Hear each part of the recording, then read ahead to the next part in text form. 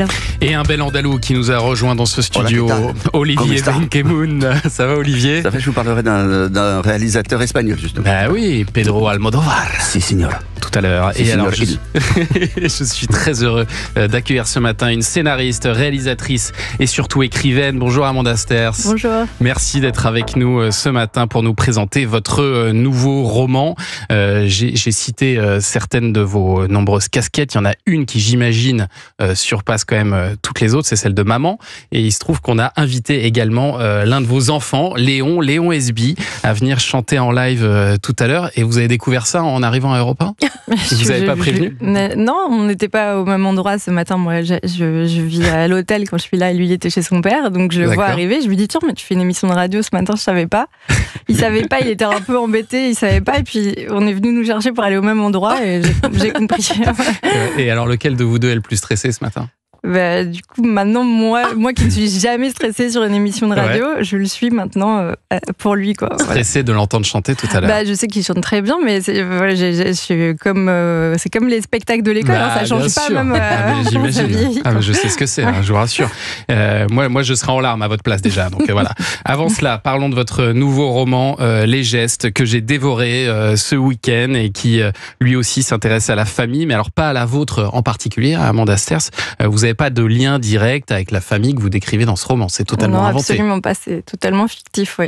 Alors, quelle imagination. Parce que alors, pour ceux qui craignent les livres où il ne se passe pas grand-chose, et ben alors là, soyez sans crainte, parce que vous avez réussi à condenser en moins de 300 pages l'histoire d'une famille sur plusieurs générations.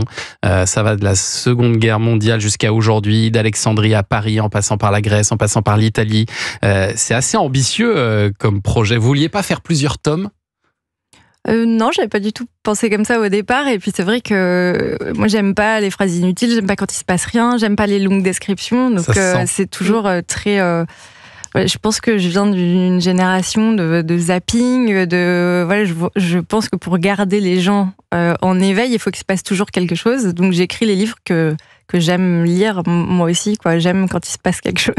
Et est-ce que vous êtes parti d'un arbre généalogique pour écrire cette histoire ? Vous aviez toute votre trame dès le départ ? Non, pas du tout, mais je savais où je voulais emmener le lecteur et c'est vraiment sur, parce que le livre s'appelle Les Gestes, et c'est vraiment sur ce geste de réconciliation qui va devoir traverser plusieurs générations que j'ai articulé le récit. Alors le narrateur de cette histoire, c'est Marc qui s'adresse à son fils. Il veut lui raconter d'où il vient et donc il se plonge dans l'histoire de sa famille, notamment l'histoire de son père, un homme déraciné d'Égypte et qui, comme vous l'écrivez, ne sera donc plus jamais chez lui nulle part. Un homme en fait qui a beaucoup de mal à s'installer dans la vie, quoi. Voilà. Il est là tout le temps en train de passer, même d'une femme à une autre, d'une famille à une autre, d'un lieu à un autre.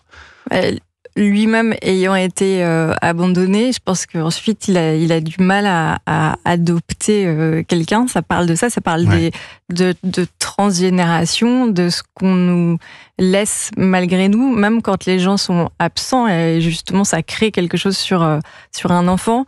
Et comment on arrive ou pas à se détacher des traumas de l'enfance. Donc tout ça, j'en ai toujours parlé, ça a toujours été dans les thèmes qui me sont très chers. J'écris des personnages qui ont des défauts, mais qu'on aime parce qu'on comprend pourquoi ils ont ces défauts, pourquoi ils sont empêchés, pourquoi ils n'arrivent pas à accomplir leur destin.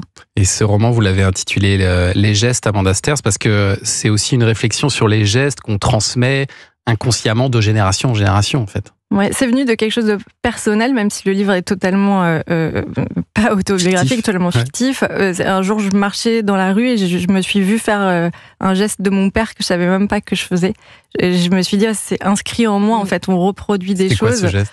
C'est vraiment un tout petit truc qu'il fait avec sa main sur sa tête. Et j'ai eu l'impression de voir mon père, comme parfois on se croise dans le miroir et qu'on voit notre mère, notre grand-mère.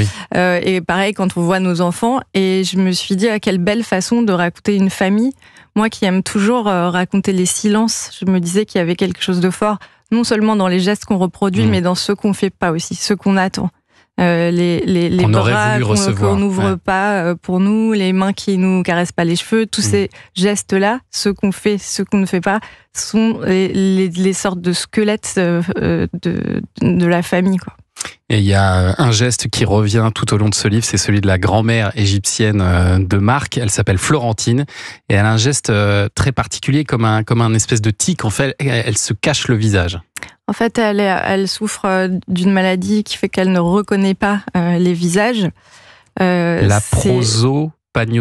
C'est assez drôle parce que votre prédécesseur, Monsieur Vandel, que j'adore, souffre de cette maladie. Et, il ne reconnaissait pas bien les visages. Non, et parfois on devait penser qu'il était hyper antipathique parce que parfois une personne qu'il avait interviewée la veille, il pouvait ne pas lui dire bonjour dans un restaurant parce que en fait, il lui manque une capacité à reconnaître un visage, ce qui est fou d'ailleurs quand on y pense qu'on puisse reconnaître autant de visages.